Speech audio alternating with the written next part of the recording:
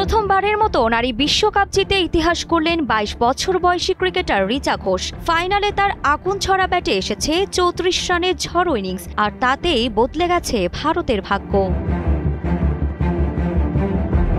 অস্ট্রেলিয়াকে ৫২ রানে হারিয়ে বিশ্ব জয়ের পর থেকে রিচা ভাসছেন অভিনন্দনের জোয়ারে। পশ্চিমবঙ্গের শিলিগুড়িতে নিজ শহরে ফিরতে তাকে দেয়া হলো রাজস্বিক সংবর্ধনা। রাজ্যের মুখ্যমন্ত্রী মমতা ব্যানার্জির হাত থেকে পেলেন বঙ্গভূষণ পদক এবং ডিএসপি পদে নিয়োগপত্র।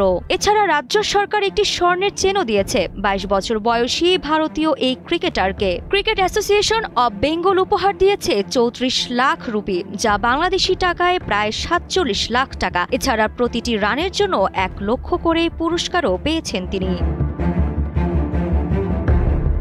রিচার এমন সাফল্যে আনন্দে ভাসছেন পশ্চিমবঙ্গের আরেক ভারতীয় কিংবদন্তি ঝুলন গোস্বামীও। রিচাকে প্রথম দেখেই যিনি বলেছিলেন, টানা তৃতীয়বার অর্জন করেছে দেশের সেরা সুপার ব্র্যান্ড স্বীকৃতি বসুন্ধরা টিস্যু। আমার দেখা সেরা প্রতিভা। ওকে যখন বাংলার সিনিয়র দলে খেলাতে চাই, অনেকে বলেছিল ওর বয়স কম, কিন্তু সিএবি ও কর্মকর্তারা পাশে ছিল। সবাই বুঝতে পেরেছে আমার সিদ্ধান্ত ঠিক ছিল। তবে এখান থেকে রিচার নতুন লড়াই শুরু।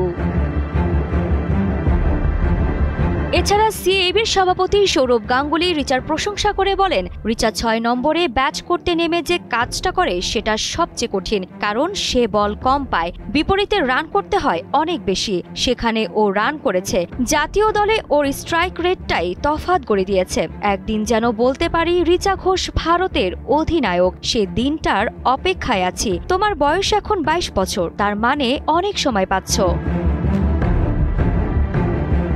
আজ রিচা ঘোষ শুধু বিশ্বকাপ জয়ী ক্রিকেটার নন, তিনি নতুন প্রজন্মের জন্য প্রেরণার প্রতীক। এক সাহসী কন্যা যিনি স্বপ্নকে ছুঁয়ে দিয়েছেন বাস্তবে। রিচার চোখে এখন নতুন স্বপ্ন, দেশকে আরও বহু জয় উপহার দেওয়া।